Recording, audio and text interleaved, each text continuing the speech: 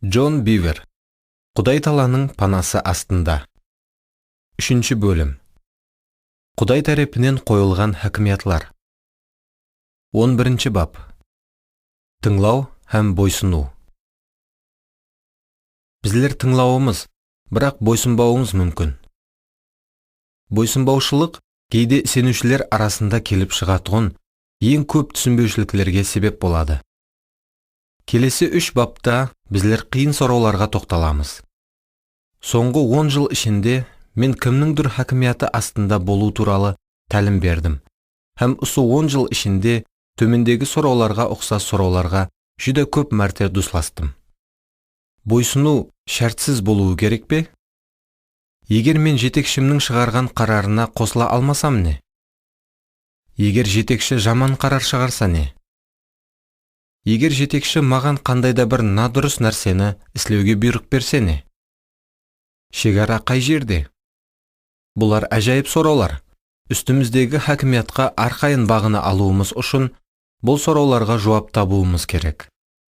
Келің, дәслеп еврейлерге жазылған хаттан бір аятты оқып көрейік. Жетекшілеріңіздің сөзлерін тыңлаңлар, һәм оларға бойсыныңлар. Себебі олар сізлер үшін Құдайға есап беретұғын адамлар болғанлықтан жанларыңызды қарауыллайды. Олар бұл қызметін қуанышпенен налымай атқару үшін оларға құлақ асыңлар. Болмаса, өзлеріңіз зиян көресізлер. Еврейлерге 13-17.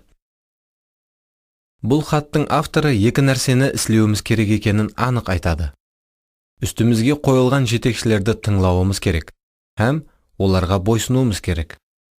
Олар екі түрлі насият болып, көплер осы жерде шатасады.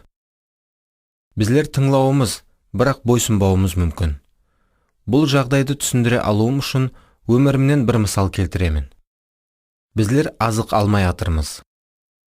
Алдыңғы бапта айтып кеткенімдей, мен аз ғана уақыт инженер болып жұмыс істегенімнен соң, еліміздің қобласында жайласқан бір үлкен жамаатте қызмет ете басладым. Һәм сол жамаатте 4,5 жыл давамында шопанның жеке жәрдемшісі болып қызмет еттім. Шәкірт болуым үшін маған әжайып шариат туылған еді. Һәм бірінші жылы Құдай патшалығы үшін мен осындай жерде оған қызмет етіп атырппан деген ойдан жүрегім қуанышқа толып жүретұғын еді. Елі ядымда, мен Құдай маған бұндай қызмет етуіме жол ашып бергені үшін оған лайықлы алғыс айтуға парызлыман деп ойлайтұғын едім. Бірақ бұл пал айы бір жылақ давам етті, һәм кейін әсте-әсте сөне баслады. Алдын әсте сөніп баслаған болса, кейін бірден тез сөне баслады. Мен шопанға қанша жақынласқан сайын, сонша көп кемшіліктерін көре басладым. Оған ұмытылу һәм оның қасында болудан толқынлану сезімлері менде өшіп қалған еді. Өзім гуа болған нәрселерім хақында ой пікір жүрту менің үшін жүдә қиын машқалаға айланған еді. Тез арада бұл мен көтеріп болмайтұғын дәрежедегі ауыр жүкке айланды. Оның атрапындағы адамлардың не істеп атырғанына, машқалаларды қалай шешіп атырғанына, һәм қандай қарарларды шығарып атырғанына мен кем-кемнен көбірек наразы бола басладым. Оның кімгедір ауыр гәплерді айтып атырғанын көп естетұғын болдым. Һәм бұл маған сенуші емес адамлардың арасында бәрха естілетұғын сөзлерден ешқандай парқы жоқ сияқлы болып көрінді. Егер сол адамлар жалланба жұмысшылар болса, олардың тез жұмыстан босатылатұғынына, ямаса өзлері келіп, жұмыстан босатылуын сорайтұғынына сенімім кәміл еді. Бұл тек уақыт мәселесі еді. Көп орынларды мен тілі майлы өтірікшілер деп санайтұғын адамлар иелей баслады.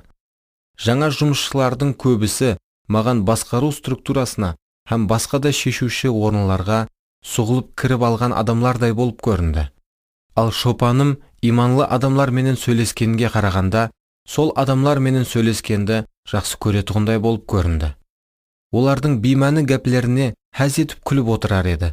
Ал хақиқи сенушілердің арасында өзін немқұрайды һәм ітібарсыз етіп тұтар еді.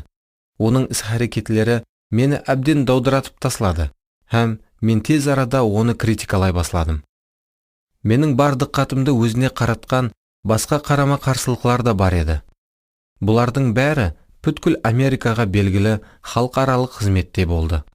бүткүл қызмет үзлүксүз түрде іслеп тұруы үшін, оның барлық дәстүрлері көп муғдардагы адам күшін һәм көп қаржыларды талап ететұғын еді. Офис жұмысшыларының саны 250-ден артық адамды құрайтұғын еді. Һәм bizler ең заманауи бұйымларға ие едік. Bizler қызмет дәстүрлеріне һәм келешектегі проектлерге қосымша қаражат табуға жәрдем беру үшін консультантларды мұрат етер едік.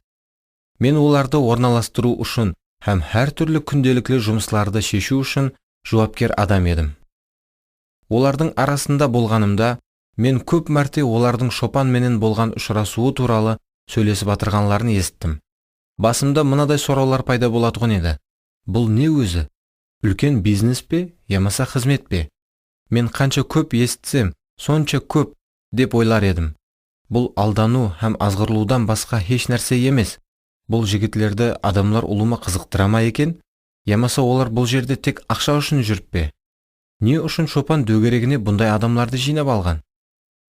Менің қасымда достарым болып, олар да шопанға наразы адамлар еді. Бір рет бір ерлі-зайыптылардың үйінде түслік қылғанымыз ел ядымда.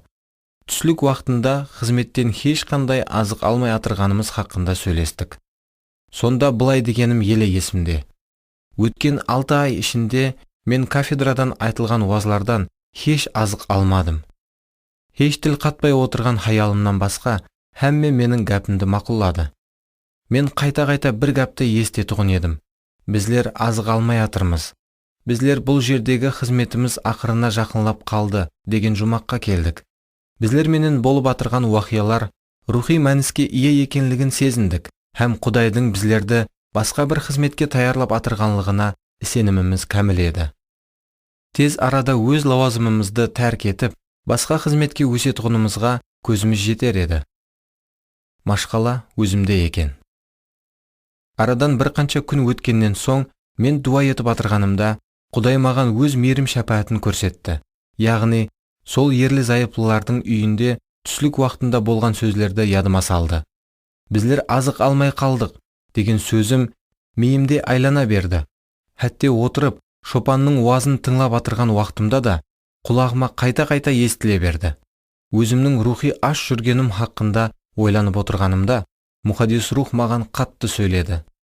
Машқала шопаныңда емес, ал сенің өзіңде. Мен аң-таң болып қалдым. Есткен сөзлеріме сенбей, өз-өзімнен Құдайдың маған сондай деп айтуы мүмкін бе, деп сұрадым. Бұрынлары мен ұсыған ұқсас дүзетулерді басымнан кешіргенімде, есткен сөзлерімнің дұрыслығын күмән астына алатұғын едім. Ішімнен Құдайға деп сұрау берер едім. Бұны анық маған айтып атырғаныңа сенімің кәміл ме?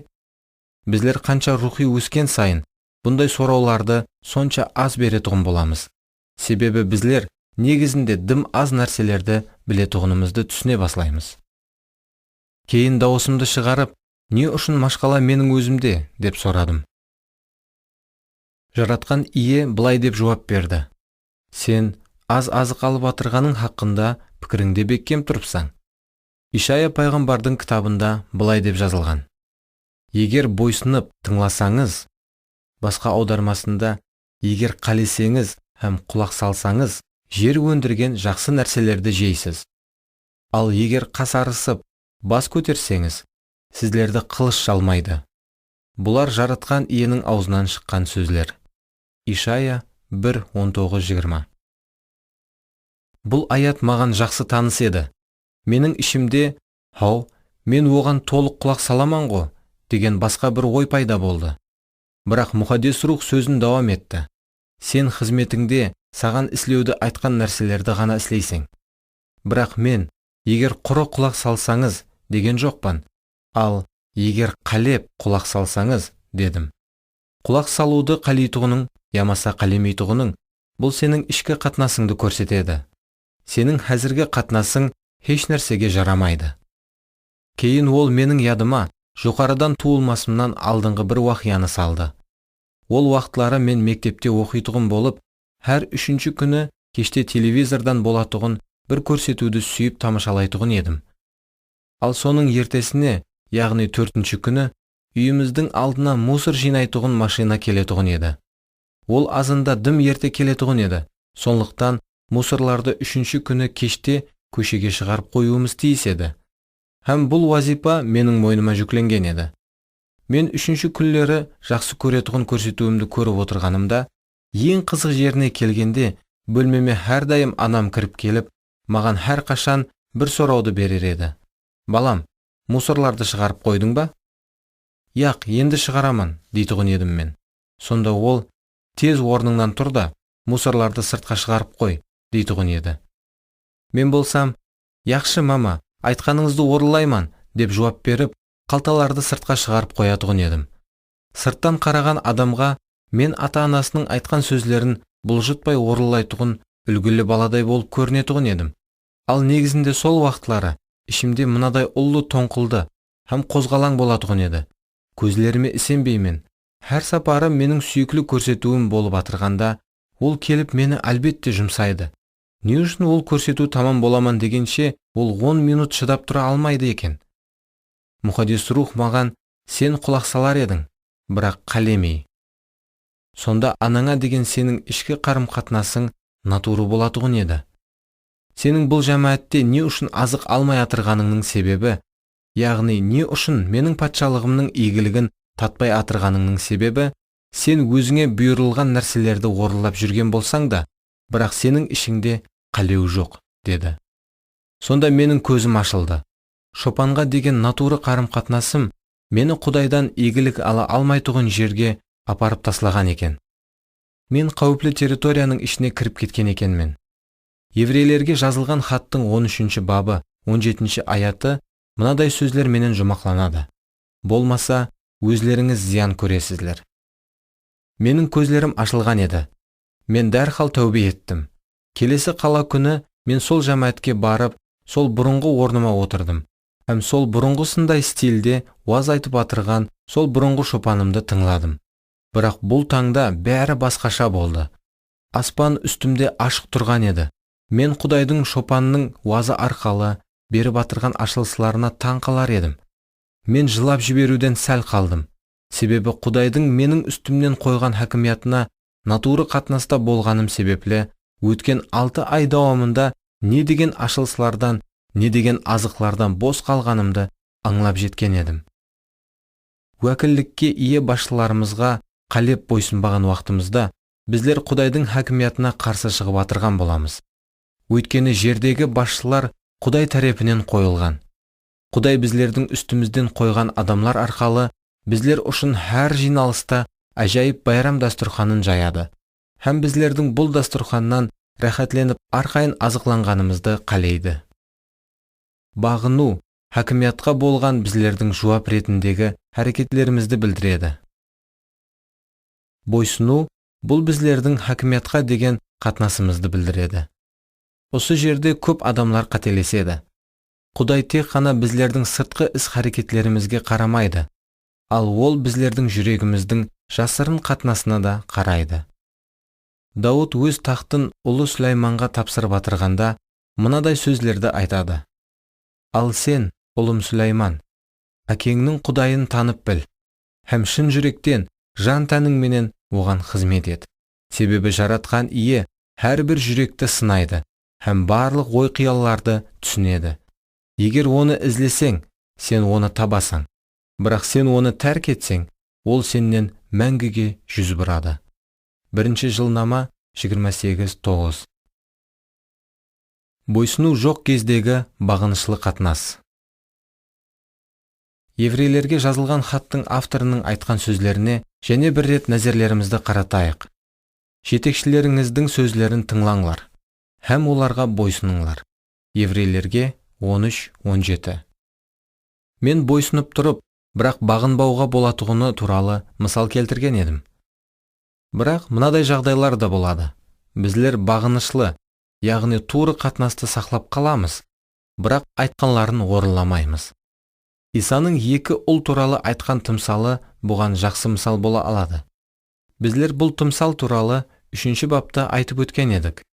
Бір ұлы, яқшы, мырза, мен барып, жүзімзарлығыңызда жұмыс істеймін, деді. Бірақ бармайды. Яғни әкесінің сөзін орынламайды. Бұл баласы әкесіне яқшы деп келісім бергеніменен оның әкесіне құлақ салмағанын Иса анық айтады. Бұндай жағдайлар біздердің жамаатымызде көп мәрте болып тұрады. Біздердің жүрегімізде ұлы ниетлер бар болып, яқшы деген мәністе басларымызды изейміз, һәм күліп тұрып, жетекшілерімізге болды, іслеймен дейміз. Бірақ кейін еш нәрсе қылмаймыз, себебі ол жұмыс біздер үшін ондай үлкен ахметке ие емес деп ойлаймыз. Әдетте мен бұндай харекетті сыйластықлы қозғалаң деп айтамын. Алданып қалмаңлар, сыйластықлы қозғалаң ашық қозғалаң сияқлы өлімге алып баратұғын дәрежеде қауіплі. Олардың екеуі де Құдай патшалығында хүрметке ие емес харекетлер. Бұл Аян кітабында иеміз Исаның жамаатлерге айтқан ашқаралаушы һәм қатаң сөзлерін тастиқлайды. Ол әрбір жамаатке былай дейді: мен сенің іслеріңді білемін. Аян 2-3 бап. Бұл жамаатлердің де ниетлері жақсы болған. Олардың біреуі өзін хәтте тірі деп атаған, бірақ Иса оның іс-харекетлеріндегі бағынбаушылықты көрсетіп, оған сен өлесең дейді.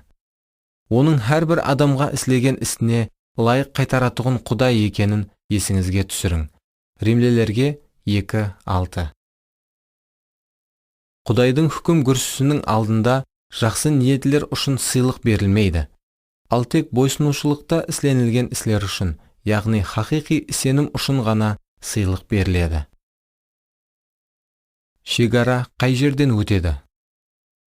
Құдайдың бұйрығы және былай дейді: жетекшілеріңіздің сөзлерін тыңлаңлар, һәм оларға бойсыныңлар.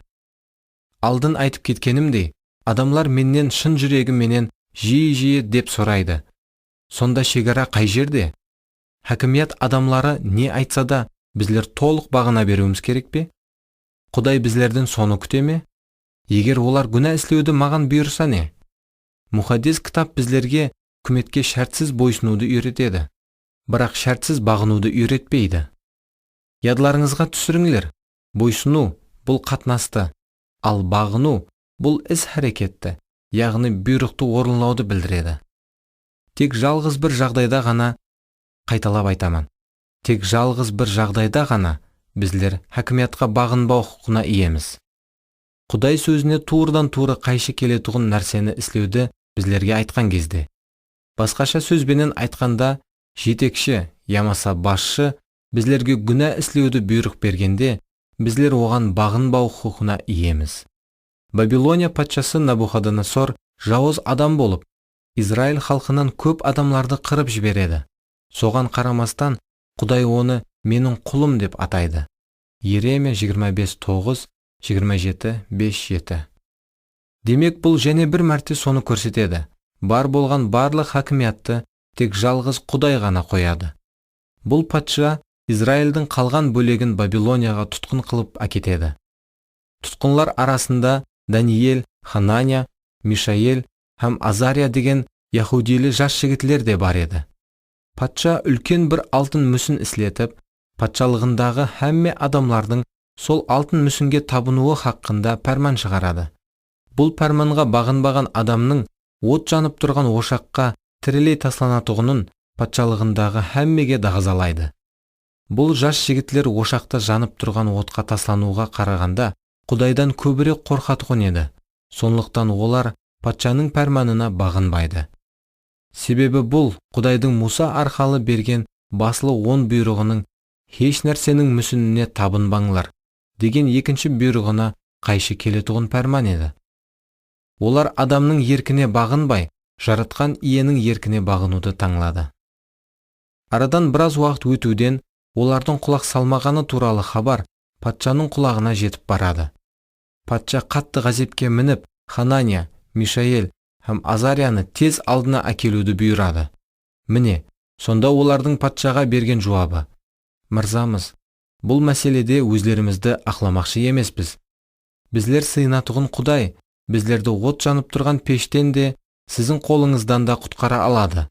Бірақ егер ол біздерді құтқармаған жағдайда, тақсыр, мынаны біліп қойың, біздер ешқашан Құдайларыңызға сыйынбаймыз. Сіз орнатқан алтын мүсінге де табынбаймыз». Даниэль 3:16-18. Олар Құдайдың бұйрығына ақырына шекем бұлжытпай құлақ салады. Бірақ соған қарамастан, олар патшаға құрметпенен жауап береді. Автор пайдаланған мұхаддис кітаптың басқа аудармасында «Мырзамыз» деген сөз «О мәртебелі» деп аударылған. Басқа көп аудармаларда «О патша» деп те аударылған. Аудармашының еслетпесі «О патша» деп те аударылған. Демек, бұл үш жігіт патшаға үлкен құрметпенен сөйлеген. Олар «Хей, сен, харам, біздер сенің айтқаныңды өлсек те қылмаймыз» деген жоқ.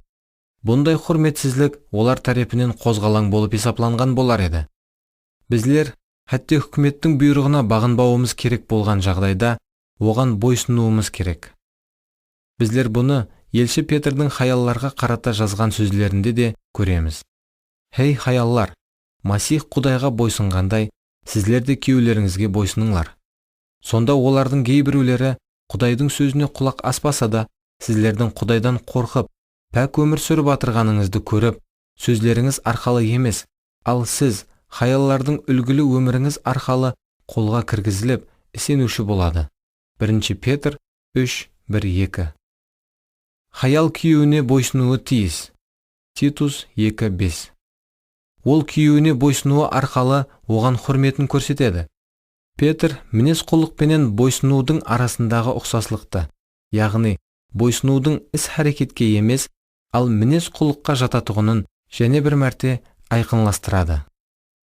Петр бойсыныңлар деп болып, кейін бұның не екеніне анықтама береді. Сіздердің Құдайдан қорқып, пәк өмір сүріп атырғаныңыз һәм үлгілі өміріңіз. Хаяллар өз күйеулерінің хакімиятын тән алып, оларға құрметлі қатынасын әрдайым сақлап қалулары керек. Хәтте күйеулері сенуші емес болса да. Бірақ бұл шартсыз айтқанын қылу дегенді білдірмейді. Егер күйеуі хаялын күнә істеуге мәжбүрлесе, бұндай жағдайда хаялы оған бағынбау құқына ие. Бірақ хаялы әрқандай жағдайда өз күйеуінің хакімиятын тән алып, оған шартсыз түрде құрметін һәм бойсынушылығын сақлап қалуы тиіс. Бұған мысал етіп мынадай жағдайды келтірсек болады. Телефон шыңғырлады. Һәм сенуші хаял телефонды алуға баратыр. Оған күйеуі «Мені үйде жоқ деп айт» деп атыр. Туры жауап мынадай болған болар еді. «Қымбатлым, мен өтірік сөйлемекші емеспін. Егер қалесең, сені хәзір сөйлесе алмайды деп айтамын». Солай етсе, ол күйеуінің билігіне деген құрметін сақлап қалады. Бірақ оның өтірік сөйле деген ілтимасына бағынбайды. Кейін Петр сөзін былай деп давамлайды. Сұлулығыңыз тек сыртқы безенулерден, әшекейленген шашлар, тағылған алтын һәм сәнлі киімдерден ғана ібарат болмасын. Ал сұлулығыңыз сырлы болған ішкі дүнияңыздан, яғни жұмсақ һәм тыныш болған жоғалмайтұғын рухи гөзаллықтан ібарат болсын. Бұл Құдай алдында жүдә қымбатлы. Өтміште Құдайдан үміт еткен мұхаддис хаяллар да өз күйеулеріне бойсынып осылай безенген. Солардың бірі Сара да өз күйеуі Ибраимді қожайыным деп атап, оған бойсынды. Егер сіздер де жақсылық іслеп, ешқандай қорқынышқа берілмесеңіз, Сараның қызлары боласызлар. 1 Петр 3:3-6. Сара Ибраимді өз қожайыным деп атап, оған бойсынған уақытында, оның күйеуіне деген құрметін көруімізге болады. Оның қожайыным деген сөзі, оның бойсынушаң қатынасын көрсетсе, оның бағынғаны, оның қорқынышқа берілмегенін көрсетеді. Қорқыныш бұл жаман ұстаз. Қорқыныш мысқыллап, мен Құдайға сеніп, күйеуіме, ямаса басқа билікке бағына алмаймын. Мен өзімді өзім қорғауым керек, деп күлуі мүмкін. Келіңлер, мына нәрсені есімізден шығармайық. Біздерге бағынуға бұйрық беріп қойған бұл билік етуді сүйетұғын қандай да бір адам емес, ал Құдай Таланың өзі. Біздер Құдайға бағынған уақытымызда, оның қорғаны біздердің үстімізде болады. Бұйрықтың бұрмалануы. Тілекке қарсы кейде бұл бұйрықты түсінбегенліктен қайғылы жағдайларға ұшыраған хаяллар туралы хабарларды естуге тура келеді. Кейбір хаяллар шартсыз бойсыну туралы бұйрықты жүректеріне қабыл еткен уақытында, олар енді күйеуім не айтса да бәрін сөзсіз орындауым керек деп ойлап, күйеулерінің натуры талапларын да орындай бастайды. Мен кейбір сүйеніші күйеулердің жынысы рахат алу үшін өз хаялларынан бұзық видеоларды бірге көруді талап еткенін, һәм сонда хаяллары мұқаддес кітап күйеуіме сөзсіз бағынуды бұйырып қойыпты деп ойлап, күйеулерінің талабына бағынғаны туралы естіттім. Мен кейбір күйеулердің өз хаялларынан өтірік сөйлеуді талап еткенлерін, һәм сонда олардың күйеулеріне құлақ салғанларын естіттім. Мен кейбір күйеулердің өз хаялларына, жамаат жиналыстарына баруды қадаған еткенлерін, һәм сонда олардың өз күйеуінің талабына бағынғанларын естіттім. Бұндай талапларға бағынуға болмайды, себебі олар мұқаддес кітаптың бұйрықтарына қайшы келеді. Гәпімізді давам еттіреміз. Менің хабарым бар, айырым күйеулер өз балаларын, ямаса өз хаялларын ұрып сабайды. Ал хаяллары болса, күйеулерінің сондай жауыз іслерін жасырады. Мынадай уақиялар да болды. Балалар жынси зорлыққа ұшырайды. Бірақ хаяллары бұны білсе де, бұл жауызлықты тоқтату үшін еш нәрсе қылмайды. Құдай хакимиятты анық бір шартлердің үстіне орнатады. Бірақ бұндай жауыз һәм низамсыз іслер Құдайдың шартлеріне бүткіллей қайшы келеді. Бұндай халатларға дүс келген хаяллар мынаны толық түсініп алуы шарт. Құдай олардың еш нәрсе қылмай, бір шетте құры қол қауыстырып тұрғанын ұлума қалемейді. Егер күйеуінің іс-әрекетлері атраптағы адамлардың өміріне қауіп тудырса, онда хаялы өзі менен балаларын оннан бөліклеуі шарт. Һәм қашан күйеуінің толық тәубе еткеніне көзі жетпегенше, оған қайтып келуіне болмайды. Хәтте Дауд та қанша күшлі һәм мәрт жауынгер болса да, Шаул оған найза лақтырған уақытта сарайдан қашып кетеді. Ал сонда да сарайда жасай бермейді. Ол Шаулды таслап кетіп, шөлістанда жасайды. Бірақ Дауд Шаулдың патшалық хакимиятына деген құрметлі қатынасығын ешқашан тоқтатпайды. Дауд Шаулдан қашып кеткен болса да, оның хакимиятына ешқашан қарсы шықпайды. Ал оның шын жүректен тәубе етуін, ямаса Құдайдың өзінің хақ хүкімін шығаруын күтеді. Күнә істеуге бұйрық берілгенде, бағынбаған адамларды Құдай жарылқайды. Үкімет шығарған бұйрықларға бағынбаған адамлар туралы да уақиялар бар. Фараон еврейлердің кіндік шешелеріне еврей хаялларын тудырып атырғаныңызда, туылған әрбір ұл баланы өлтіріңлер деген бұйрық береді. Сол уақытта кіндік шешелердің не қылғаны туралы мұқаддес кітап былай дейді. Бірақ кіндік шешелер Құдайдан қорқатұғын еді. Сондықтан олар Мысыр патшасының айтқанын істемей, ұл балаларды тірі қалдырды. Шығу 1:17. Кіндік шешелердің бұл іс-әрекеті Құдайды қатты разы етеді. Мұқаддес кітап бұл туралы былай дейді. Өзінен қорыққаны үшін Құдай кіндік шешелерге ұрпақ берді. Шығу 1:21. Үкімет күнә істеуге бұйрық бергенде, олар бұл бұйрыққа бағынбағаны үшін жаратқан ие оларды сыйлықлайды. Яһудияның жоғарғы кеңес ағзалары Исаның шәкіртлеріне Исаның атыменен еш нәрсе айтпауларын һәм үйретпеулерін бұйырды. Бірақ Петр менен Юхан оларға жауап беріп, өзлеріңіз ойлап көрің, Құдайдың сөзлерінен көре, сіздердің сөзлеріңізді тыңлау Құдай алдында дұрыс болар ма екен? Біздер көргенлерімізді һәм естігенлерімізді айтпай тұра алмаймыз, деді. Елшілер 4:18-20. Иса оларға әлі қашан бүткіл дүния бойлап жүріңлер һәм барлық адамларға хош хабарды жариялаңлар деп бұйрық беріп қойған еді. Марк 16:15. Олар кеңес ағзаларының бұған қайшы келетұғын бұйрығына бағынуы мүмкін бе? Яқ, мүмкін емес. Жоғарғы кеңес шәкіртлерге Исаның бұйрығына қарсы әрекет етуге бұйрық береді. Сондықтан олар құрметпенен бас тартады. Шәкіртлердің сол шешімінен кейін не жүз бергенін мұқаддес кітап былай деп сөретлейді. Елшілер иеміз Исаның қайта тірілгені хақында күшлі жігерменен, тәсірлі түрде гуалық беретұғын еді. Һәм олардың һәммесі Құдайдың ұлы мейіріміне ие еді. Елшілер 4:33. Олардың жүректеріндегі Құдайдан қорқу оларға ұлы жарылқау һәм күш алып келеді. Дегенменен, біздер кеңес ағзаларына деген сол шәкіртлердің құрметін, кейін ала Павелдің жауабында да оларға деген бойсынушылық қатынасын көреміз. Павелді ол жерге алып келгенде, оның өзін қорғау үшін айтқан ең бірінші сөздері мынадай болды: «Мен бүгінгі күнге дейін Құдайдың алдында пәк құждан менен жасадым». Елшілер 23:1.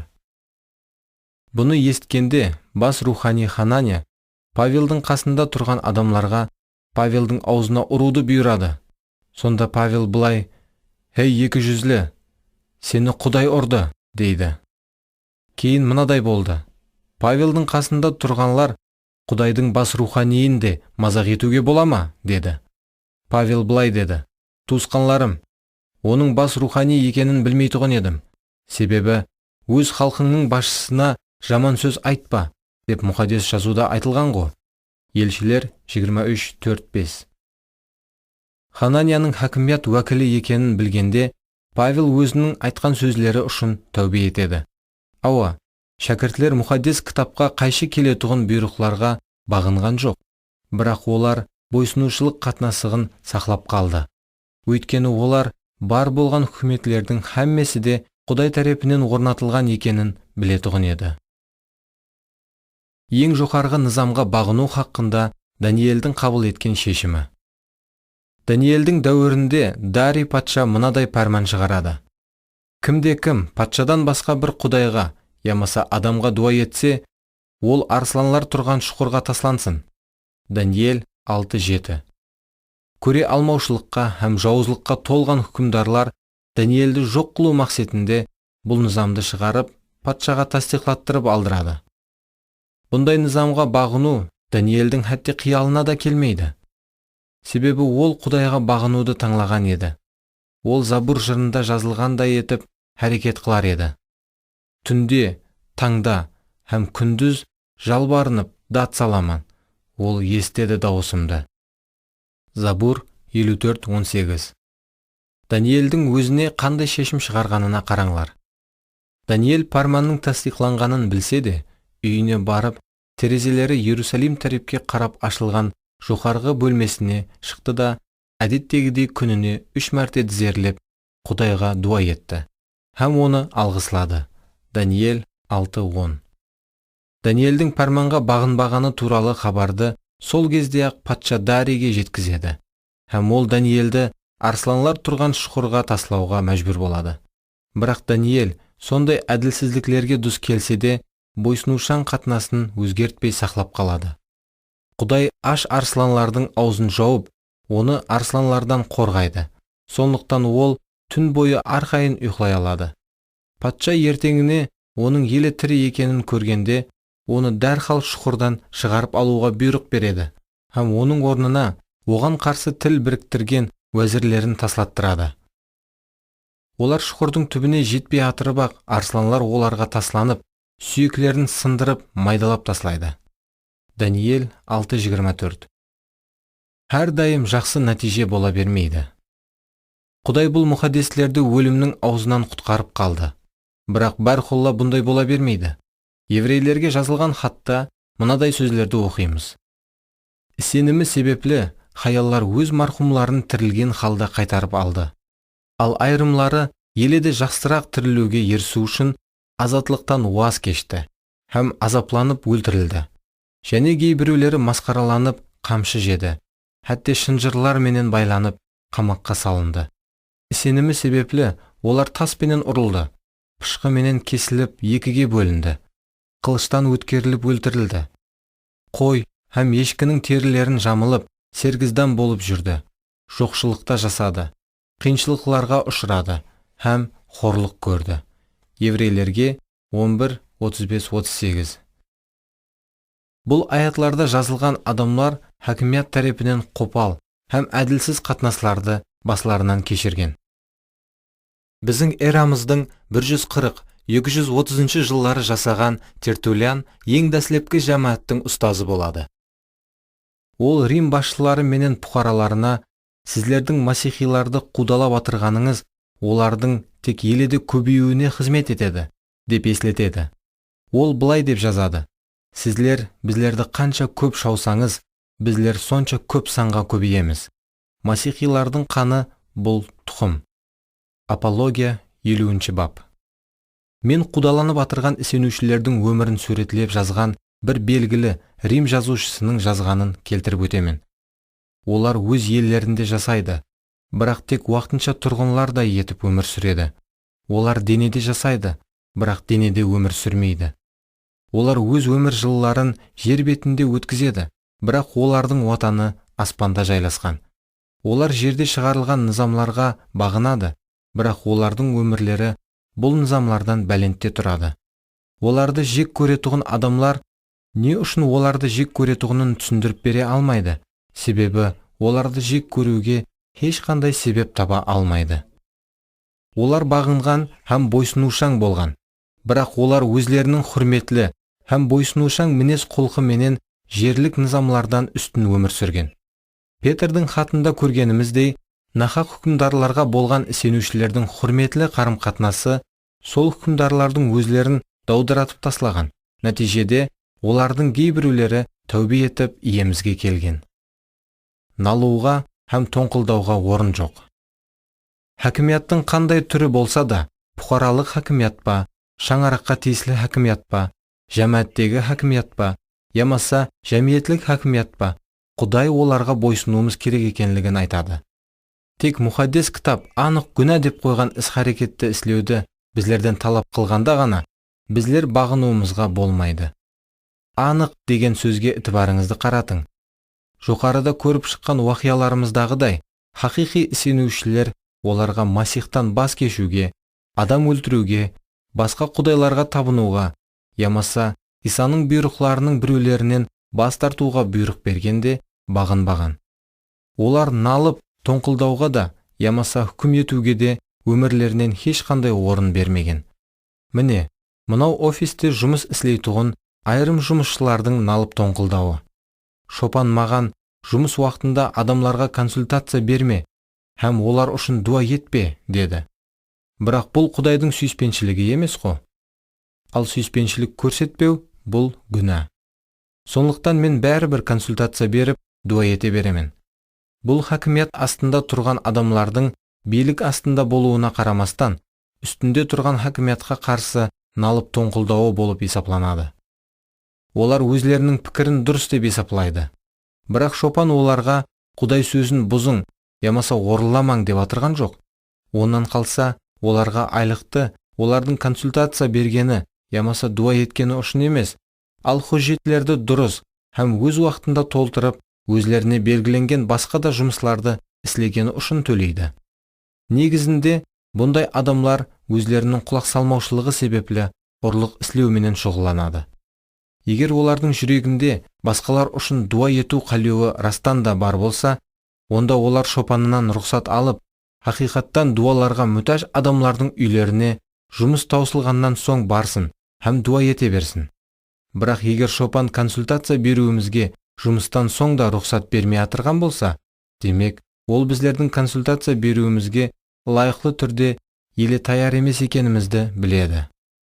Ал егер Шопан растан да қателесіп атырған болса, ол бұның үшін Құдай алдында өзі жауап береді. Бірақ бұл оның қол астындағы адамларға оны хүкім етуге себеп бола алмайды. Мен 100 мысалдан тек бір мысал ғана келтірдім. Бірақ басылы шынлық өзгеріссіз қала береді. Хакимият уәкілдері Құдай сөзіне анық қайшы келетұғын нәрсені істеуді біздерден талап еткен уақытында ғана біздер оған бағынбау құқына иеміз. Сізде мынадай сұрауда туылуы мүмкін. Егер жетекшім мен мақұлламайтұғын нәрсені істеуді маған бұйырса, мен не қылуым керек? Ямаса жетекшім ұлыма келіспейтұғын нәрсені істеуімді бұйырса не? Ямаса менің дуа етіп атырған уақытымда көрген нәрсеме қарама-қарсы нәрсені істеуді бұйырса не? Бұл сұрауларға жауапты мен келесі бапта беремін. Һәм жауапларымды мұхаддис кітаптағы аятлар менен тастиқлаймын.